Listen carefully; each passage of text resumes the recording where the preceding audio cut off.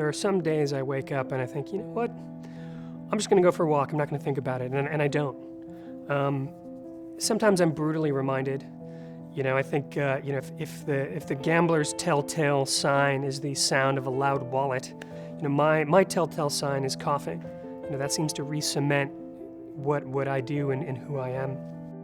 Having CF in the 90s, having CF in the early 2000s, you know, when I was an undergrad, you know, the life expectancy estimations were still in the late 20s, you know, mid-20s to late 20s. And that comfort with mortality changed the way that I make decisions. I focus my group, and our group is focused on helping people. And so our primary value at the end of the road is making decisions that accelerate the things that we're doing into value for patients, for people like me and others. My primary project is to accelerate the development of a novel platform used to create new biomarkers through the development of a novel radar technology made at MIT. You know, genetic testing wasn't a thing when I was a kid. You know, I was diagnosed by sweat test.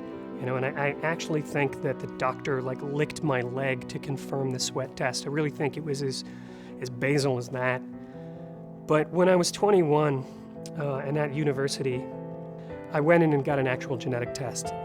I can remember getting my blood drawn for this test, and I can remember getting the phone call and having the person say, "Hey, we'd like for you to come in to discuss the results of your test."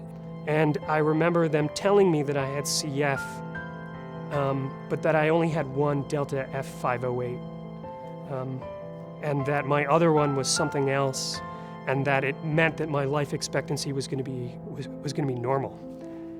You know, the whole room is just a big sort of white noise as you just try to process exactly what that means. But I remember going home, turning off my phone, and I did some serious thinking about who I wanted to be, and changed my life, because I then felt a responsibility to give others the lease on life that I'd been communicated to, even if it was by luck of the draw. Patients' lives have a clock. You know, I have a critical chronic genetic disease.